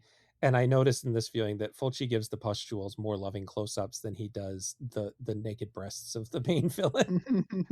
He really likes those special effects. He thinks they're super neat. And there's also yeah, as I sort of alluded to, there are Wookiees in this movie. The Yeah, werewolf Wookiees. they're supposed to be werewolves, but they kind of, yeah, they look like Wookiees. They're cheap, but they're more convincing than the ape men in Sorceress for sure. Yeah, totes, totes. And then oh, the guy who plays Mace is Jorge Rivero, Mhm, who's another Mexican. Again, speaking English on set, being dubbed, so we don't know what his voice actually sounds like. But he was a very popular bodybuilder, so this movie was a hit in oh, Mexico. wow. It may Uh-huh. have actually helped it turn a profit because it was such because he was like not just a bodybuilder, but like a sort of like sex symbol. Mhm. Um, and actually, I've Okay. seen pictures without the dumb wig. He's a pretty handsome guy. They did him dirty with that wig. Um, Okay. and he uses a bone nunchuck, which is the stupidest weapon. That doesn't make any sense. It's these two big, very plastic looking bones in a nunchuck. And then the Okron, the nude witch, she's played by Sabrina Ciani, Mhm, who kind of found her niche during the 80s. She appeared in a bunch of cannibal and post-apocalyptic movies, and then mhm, she was also in other barbarian movies, including The Invincible Barbarian and The Throne of Fire at Tor the Invincible, the first one, and mhm. Sword of the Barbarians. So, there's actually there's a thing where Fulci mentions that the producer wanted an actress with bigger breasts, and he thought that she was perfect though, and that the entire casting process was just her being naked. Like that was it. It was just Right, right. her in front of these two old guys going, "Yes, this will do. No, no, her breast should be bigger. No, I think this will do. This is the one." Because it's just so surreal and weird. Right, and right. and then the hero, the pretty boy hero, is played by Andrea Ochi Ochi Panidi. Oki Panidi. Oh man, Andrea Okipinidi. Yeah. He's a producer these days, but he was in New York Ripper. And I would say more about his character and how funny that is, but it would constitute a very big spoiler for New York Ripper, so I'll leave it there. But he had worked with Fulci before.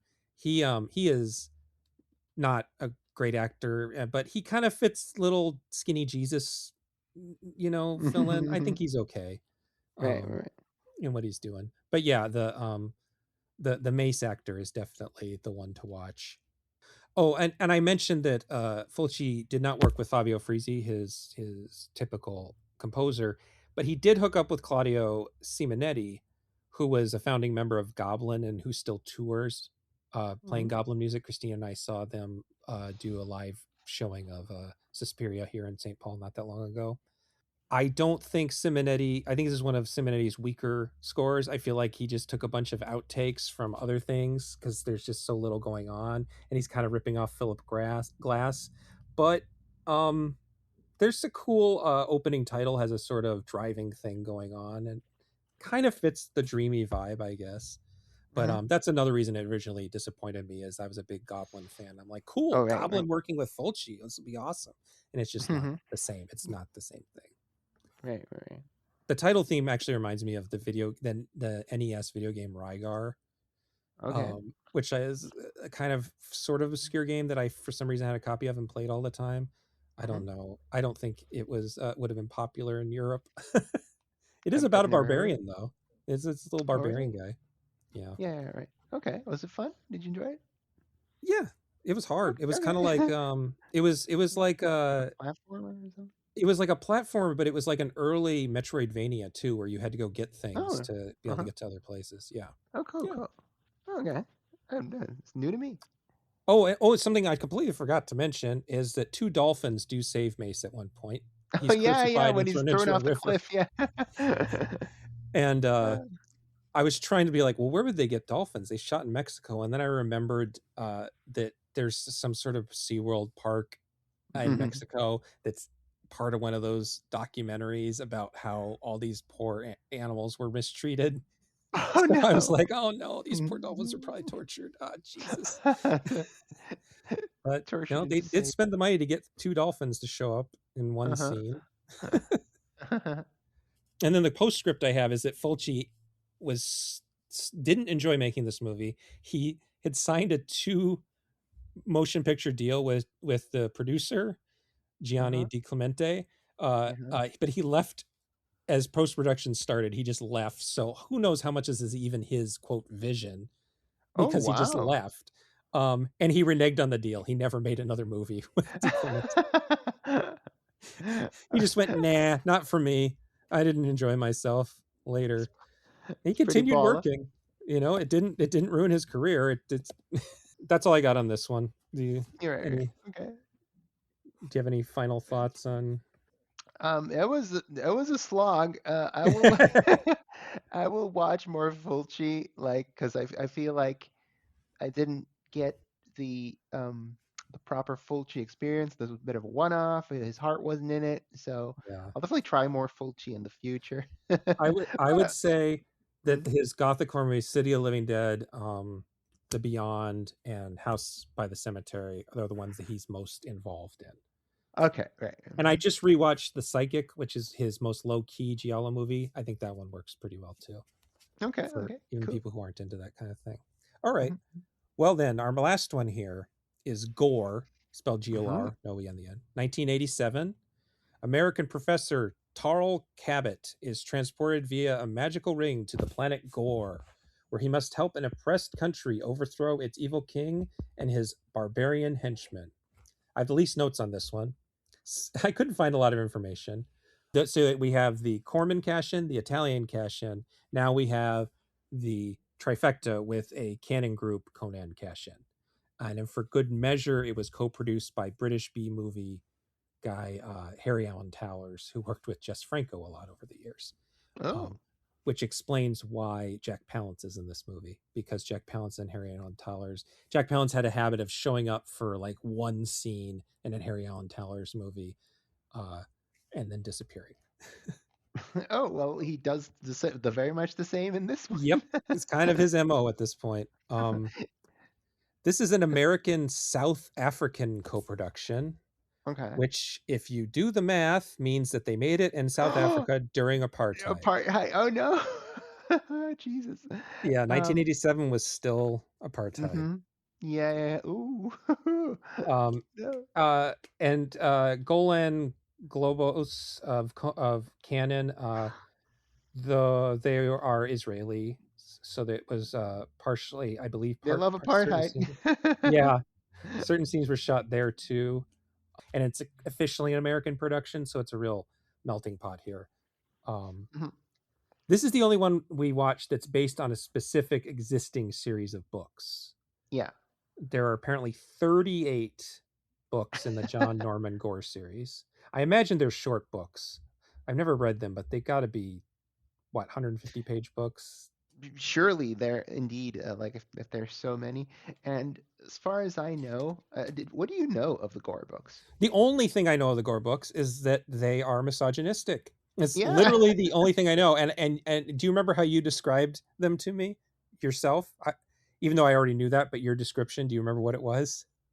No. You described it as Princess of the incel version of Princess of Mars. Yeah, yeah, pretty much, yeah. So essentially, these started in the mid '60s as just straight up John Carter ripoffs Yeah, about I mean, a professor. the Mhm. movie alone, the opening is it's Yeah, just John Carter. yeah. And a bit more budget conscious. There's no Yeah, yeah, aliens that they ride. They're just straight up horses. But yeah, yeah. So this academic from Earth gets zapped to another world and gets into adventures, has to overthrow a tyrant. And I guess the first, dozen or so books, maybe it's less than that, maybe it's more than that, but somewhere in the mid '70s, uh, John Norman, which is a pen name of some British guy, I don't quite yeah. remember what. Uh, I didn't write it down. I just wrote down John Mormon. right, yeah, but in any case, somewhere like a decade into this, John Carter ripoff series is starts kind of drip feeding in these ideas of like women needing a strong male hand to dominate them, and they must they will only find true happiness in slavery than domination by men. And so like basically this his fake Barzu also becomes like this kind of misogynist utopia where all women are are owned by strong men. Yeah. So and that kind of like apparently that's not really yet present in the first bunch of books. Like he really like eased us into it. And I guess even in this movie, like that is the behavior of Oliver Reed's villain. Like, I mean, this uh, movie itself isn't, I wouldn't call misogynistic because slavery's bad in this movie. yeah. And it's also equal opportunity. Oliver Reed's character has a lot of male slaves, and he's an equal opportunity cheek caresser throughout Yeah, this yeah, movie. It's pretty heavily implied that he swings both ways, right, yeah. as long as they're slaves. Mhm. And I thought that was quite hilarious that like going in, I knew this was based off of the Gore series, which is um, very famously misogynistic. But like after these other previous two movies, I came away from this one thinking, hilariously enough, this was the least misogynistic Yeah, of the three. at the Uh, very least, it says maybe women shouldn't be slaves in a kind of roundabout way, but it says that. Yeah, and like what I said earlier about Sorceress, where I was like, oh, if the twins were just the love interests, I'd be like, oh, they get a fair amount of bit stuff to do. Well, like Yeah, Talina, the love interest in this one, actually does get a fair amount of stuff to do. Like she fights and she's pretty capable. She even kills a mini boss guy. Uh, yeah. She is. I was going to talk about this later, but since you brought her up, I think that she's the best of all of our leading ladies in all these yeah, movies. I mean, which is which very isn't the funny highest considering. bar. It's not the Uh-huh. highest bar, but Well, true, still. true, true. Um, and I would watch more movies with her. There was a sequel to this that she Mhm. was in, but it wasn't like her solo movie. It wasn't like doing a Red Sonja kind of Right, yeah. thing. Yeah, Um, I assumed it was just like the professor man and her as his girlfriend continuing their adventures, right? I'm yeah, guessing. yeah, and as I mentioned, Jack Palance is in this for just a minute. He's basically his scene is basically a proto Marvel post credit Yeah, it's like tease. the He Thanos that basically is like, shows up. this is going to be the villain in the next movie. By the way, Yeah, right. yeah, I actually couldn't find a copy of the sequel, so I've never seen it, but I don't like this one enough to really seek it out. But yeah, the actress's name is Rebecca Ferrati, and she Hmm. was also a Playboy playmate, though apparently after the movie. She was not a playmate who became an actress. There's people at Playboy saw stills from the movie and asked her if she wanted to pose. Um, Understandable. yeah, and then there's a story that her stunt double was hurt, and she excitedly took over stunt duties. So Oh, like that's cute.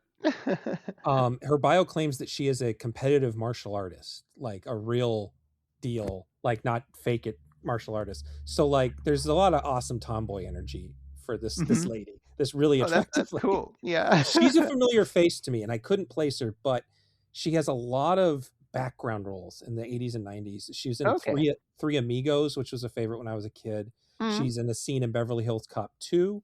Right. She's in a scene in Ace Ventura. Oh, Uh, she's the lady that he saves the dog of yes, I at the believe start. so. Yeah. She's in the softcore porn Embrace the Vampire. I don't remember, but her big thing is she's in a whole bunch of hair metal videos. Like All she right. was video vixen basically. Oh, So cool. she's just a cool person. She seems like a cool person. And I would have watched more movies with her character. The male lead, actually, so first I just looked it up. It's John Norman's name is John Frederick Lane Jr. Hmm. And do you know what his day job was? Was he a professor? A philosophy professor. Isn't that Perfect. awful? He I worked at mean, Nebraska, University of Nebraska, and USC, Southern California. Uh, oh, but he's an yeah, American. He's not British. no, he's from Chicago. Oh, Yeah, okay. yeah, just crazy, crazy, crazy to me to think that that this guy with these super misogynistic books is a philosophy fucking professor. Professor. Yeah. The male lead is Urbano Barbarini, so we got another. Incredible name. Yeah, we got another Italian connection here. He had just been in the movie Demons, uh, about movie theater that gets overtaken by demons. Is Uh, that is that a Bava?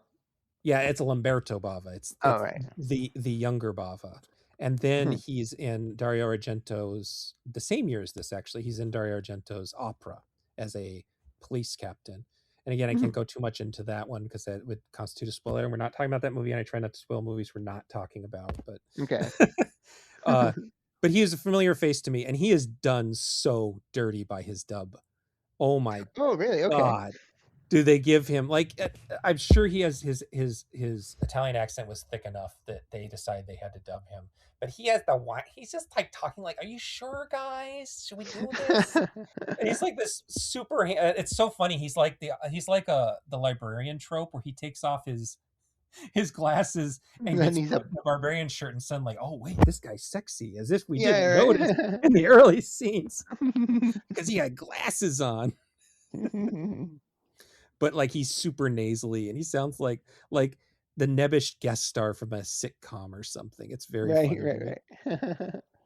He's also apparently in Casino Royale as one of the other card players around Daniel Craig. He's Oh, I cool. don't remember that scene well enough, but apparently there's a guy with an Italian accent that is him. So he's still Okay. around. He's still acting. He's Oh, doing that's some cool. stuff. But yeah, back to Oliver Reed. So Yeah. Oliver Reed and I feel bad saying this, but Oliver Reed and Jack Palance are both pretty famous for being such massive alcoholics that they couldn't work in Hollywood. Right. So having them both in this movie that's shot in South Africa by Israeli producers with a multicultural cast, it sort of fits, and it's Mhm. unfortunate. Reed is halfway in, I think. He spends a lot of the movie kind of whispering, which is not what I want from Oliver Reed. Mhm. But he gets into it in a couple scenes. Yeah. He's trying a little bit. When I was younger, I used to confuse him and Brian Blessed for some reason, and I feel I like kind this of is get the it. I gotta get this is the it. one movie where I can show people what Oliver Reed looks like in this movie, and they say, "Oh, yeah, I could kind of see Right, what you're yeah. saying." So, not long after this, Jack Palance has his renaissance because he was in City Slickers. It was a big hit. He won an Oscar. Right, right. Um, Reed got his renaissance in 2000 for Gladiator, though unfortunately he He died. died during the, yeah. So Oliver Reed never got to enjoy any of that. Jack Palance got at least a decade of "I'm back on top again" kind of thing. Yeah. Aw. Um, but the director, who we haven't mentioned yet, Fritz Kiersch, who's not German, he's from Texas. His most famous and seen movie is probably Children of the Corn, which has a lot of Oh, fans. right. I am not No, one of I them. don't like it. I mean, I've seen I it, don't but like like, it at all. it's pretty There's a bad. really cool short version of the Stephen King story that is on YouTube from, I think, 1980 or late 70s. That was one of those Hmm. ones where Stephen King's like, "Oh, give me $1 and I'll let you make a movie." Much better version of it, but Oh, wow. creepier, Yeah. very low budget, but well done. But Hmm. he did a he's basically works in every he is a for hire type guy. He did Children of the Corn, a horror movie, teen comedy called Under the Boardwalk, it's a war movie called Into the Sun. He did kind of white girl straight to video martial arts movie with something called The Stranger, which was something that kind of comes out of Cynthia Rothrock is Hmm. popular, so you're trying to find any white girl who can do any sort of martial arts. Hmm. And then he did the Crayola Kids Adventures Tales of Gulliver's Travels, which is some sort of Crayola commercial that went straight to video. That's funny. So yeah, not a favorite, but he had a lot of stuff going on. But I just imagine the behind the scenes on this was a nightmare. You have two notorious alcoholics. You're shooting in apartheid. You've got language barriers. Right, yeah.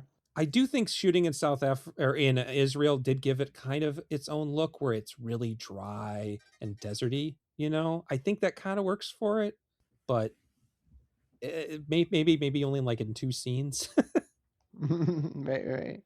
Yeah, I Oh, was thinking during the movie that like I feel like it needed some more locations beyond dunes and quarry to be to be somewhat enjoyable. Like it's very samey. yes, very it's just not a lot happens. It's Mhm. it's a lot like the Sorceress. We're just I mean, yeah, Conquest is a slog as you said, but stuff happens in the in Conquest. I This think it's very much like imagine if Stargate had no money. mm, Like yeah, uh, at or least there's Vision, really. yeah, exactly. Like there's some Ra is at least a Egyptian god and he has some spaceships and stuff, you know. The villains that are suppressing the native population are just guys on horses like the and they Yeah, take slaves, I guess. There's no gimmick, there's no visual element there.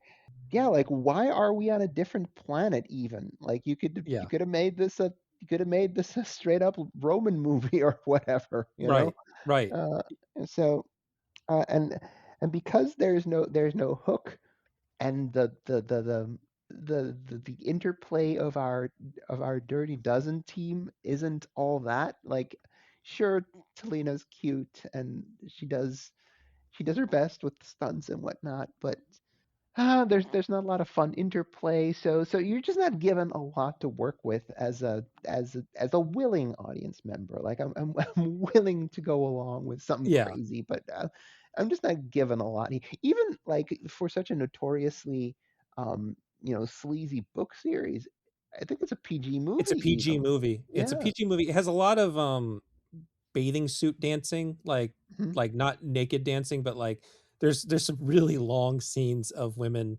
dancing. And actually it's another equal opportunity thing. At the end there's a big dance sequence with Oliver Reed's slaves, and there are Mhm. three men involved in the Yeah, sexy I dance. thought that that almost I was that like I like that.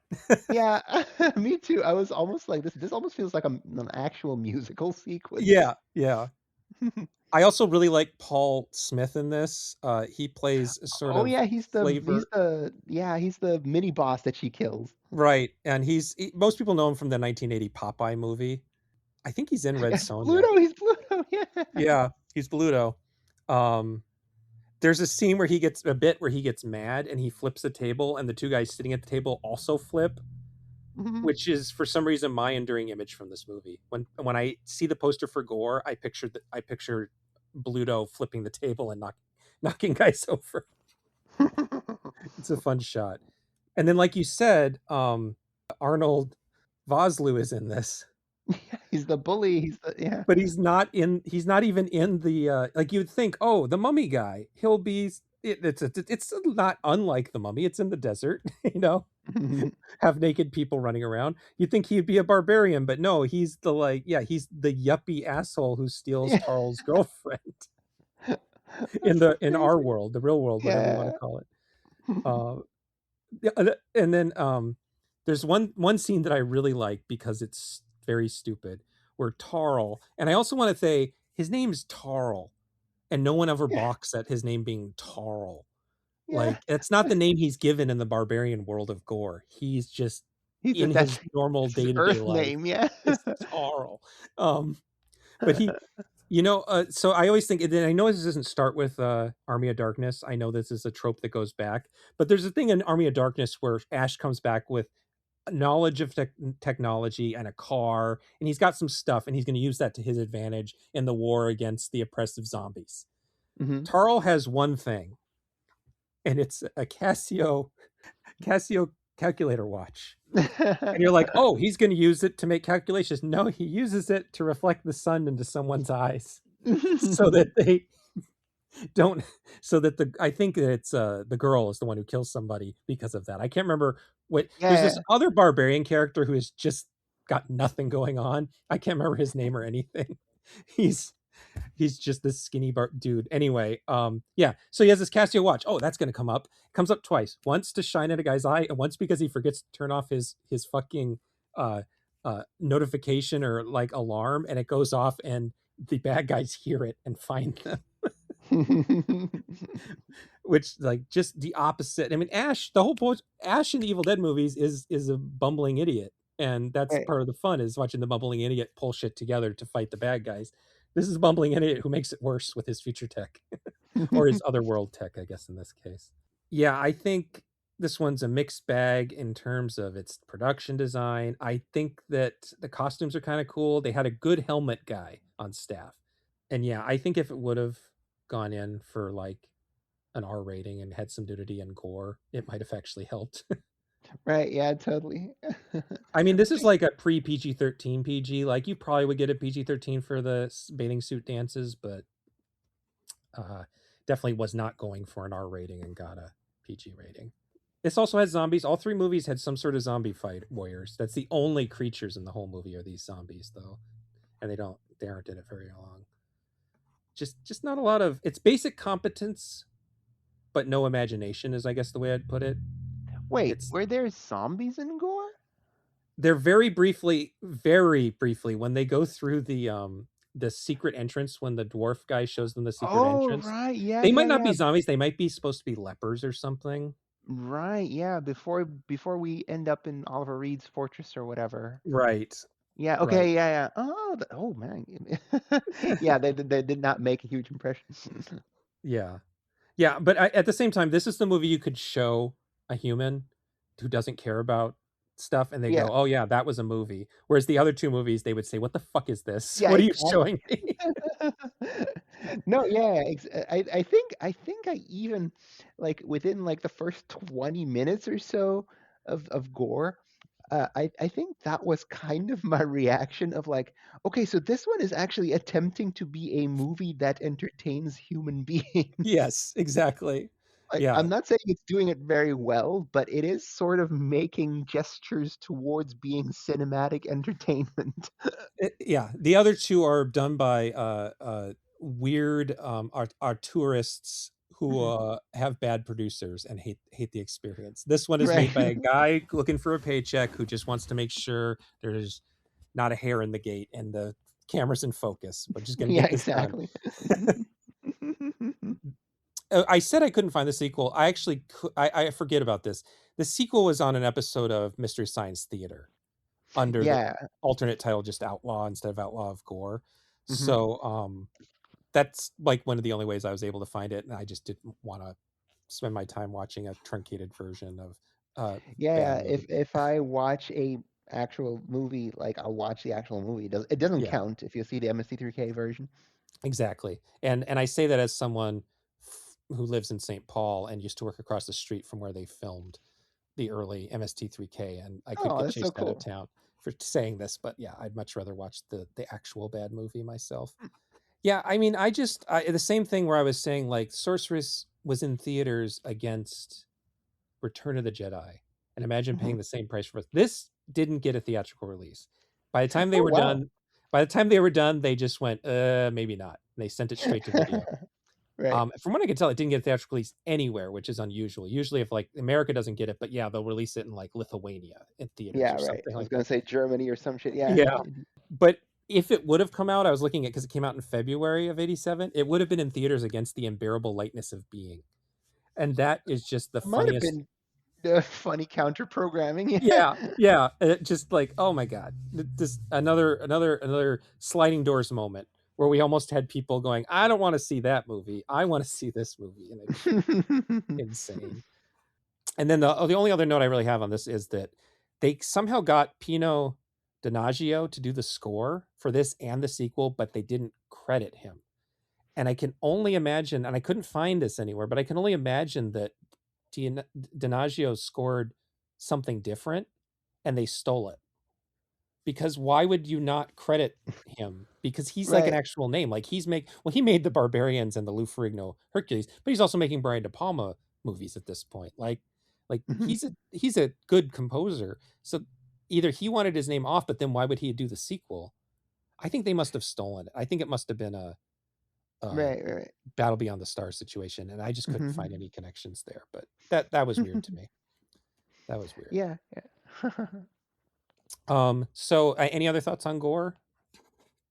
No, I think we got my thoughts already. The absolute surprise that, I mean, while not a good movie by any means, I think this one came the closest to entertaining me. Hmm. Uh, because like, you know, they were just professionals trying to make entertainment, even if they didn't quite succeed. Right. And it had surprisingly a cute girl that kicked some amount of ass, even though she wasn't the lead. Yeah. Which again, in the three movies that I saw, is quite the is quite the find. Is quite Yeah, we have the. one with twins that have no acting ability or really a lot of sex appeal, if I'm honest. Mhm. Um, then only the villain and the girls who die, so they're not really important. And then, yeah, so I mean, it really does. It really is a huge step up having a Yeah. charming actress playing an actual character that hits things and it has enough martial arts training to look cool doing it. Right, yeah.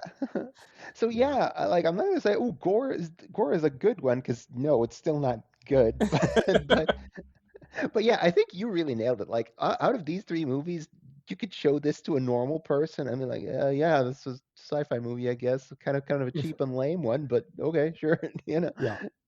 Yeah. People would not understand what the hell was happening if you just showed a normal person Conquest. Right, yeah. And it's a little bit too long to do that as a joke too. Like sometimes you see weird movies, you're like, oh, I'm gonna show this to someone and it's gonna be so fun. Like I don't think Conquest is a party movie. Right, yeah. Anyway. Okay. Okay, well then do you have any other like you said one thing you said to me is that this makes me appreciate Red Sonja and Conan the Destroyer more, which I thought was funny. Yeah, you said it earlier today that like someone asked you, "Are you going to do Beastmaster for your sword and sorcery movies?" No, Beastmaster is too close to a B, maybe even lower tier A movie. And Yeah. yeah, Red Sonja and Conan the Destroyer are definitely that. People love to like, say, "Oh, they're Destroyer and Sonya are not in Barbarians League," and like, yeah, maybe not, but like look at shit like this, you know. That there's Red Sonja has a goddamn Ennio Morricone score. Yeah, yeah. Mm. It's sort of like your mind gets fried when you do this podcast, because like I watched all those shot on video movies from the 80s that were like, some of them were literally teenagers shooting with a camcorder, and somehow it got a release because video stores just wanted content that much. Right, right, right. And so when you watch something like that and you see someone say, "Oh my god, uh this Hollywood release that I just saw is the worst movie ever made," and you're just like, "Just grow up." Be real. Watch some more movies, buddy. Get your shit together. Watch some real garbage.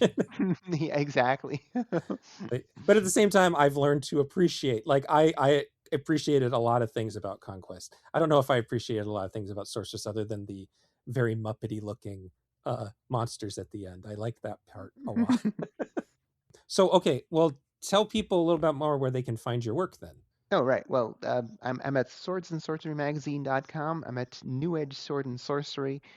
Um, and actually, if you want a nice overview of where my uh, fiction is nicely grouped by series, you can go to luanawrites.card with double R, CARRD .co. That's luanawrites.card, double R, .co. So I think that if you're into that type of stuff, sword and sorcery, like I've been pretty negative about these movies, like oh, what is she doing writing that stuff that she doesn't seem to like? I like it a lot, but there's also a lot of crap in that genre. But if the classic like Harryhausen, John Milius, Conan stuff, if that tickles your fancy, I think you might like my stuff too. So And you still have check a it out. podcast. You still have a podcast going, I, right? I still have a podcast going. This Monday we are doing a double episode recording. Defend Your Trash Movie podcast with me and Travis Kirkland. You can find it on wherever you find your podcasts, on rss.com as well. We're actually doing Monos, The Hands of Fate this week, Mm. and Bad Boys 2. Is that, is that right? Oh, I'm the only person I know who really doesn't like Bad Boys 2. Oh, I that's it weird. took me 3 sittings to get through it. I love the car chase, Right. but I remember finding it really unappealing. It is very unappealing. It's very gross. It's Yeah. very like I like I think it had been a while since I saw it, and I was like, wow, this is a very like post 9/11 ugly movie. Mhm. Yeah, for Like sure. just a lot of like American insecurities come to the fore, and like I think it's very normal to be grossed out by Bad Boys 2. Yeah. It's a very repulsive movie. Like I think you either love it or hate it. I think I don't want to be in a room with a person who watches Bad Boys 2 and is like, oh, that was an okay movie, I guess. Like, Yeah, no, yeah. whoa. Yeah, do you have emotions? Oh my god. Yeah. Yeah, someday, I gotta find someone who has one of these podcasts like yours, and I can defend, Alien Resurrection and Friday the 13th Part 5. Those are my 2. Come on, guys, these are pretty good movies I that like people those really movies too. fucking love. Like Yeah. Alien Resurrection is like quite funny and a fun adventure. Yeah. And the Roy, a fake Jason, is like a hard worker. That's a big body count that he makes, Yeah. and it has like one of the nicest pairs of boobs in the entire Yeah, Friday it's the true. 13th That's true. franchise. So like, what more do you want from a fucking Friday movie, Better man? really good violence too. Oh, and also, Nightmare on Elm Street 5 is another one, which, a lot of people hate that I like. The Dream Child. So that's the I Rennie Harlan one, right? Right. No, that was 4. Oh, It's Stephen Stephen Hopkins. Hopkins. Yeah, Yeah. the Predator Another 2. another, kinda underrated guy who kinda Yeah, disappeared then. yeah, totally. Cool. Well, as usual, you can find me on the Genre Grinder website. There's a Genre Grinder YouTube page. You can find me at Gabe Powers, one word, at both Blue Sky and on Letterboxd. And I'm putting together another shirt to raise money. But this time it is going to be an image that I find hilarious and possibly no one else in the world will. So I'm not planning on selling too many, but I'll wear it when I finish it. Thanks for listening. Until next time, if you find yourself magically transported to another world with primitive technology, be sure to turn off your alarm on your Casio calculator watch. This advice might just save your life. Goodbye. Bye, everybody.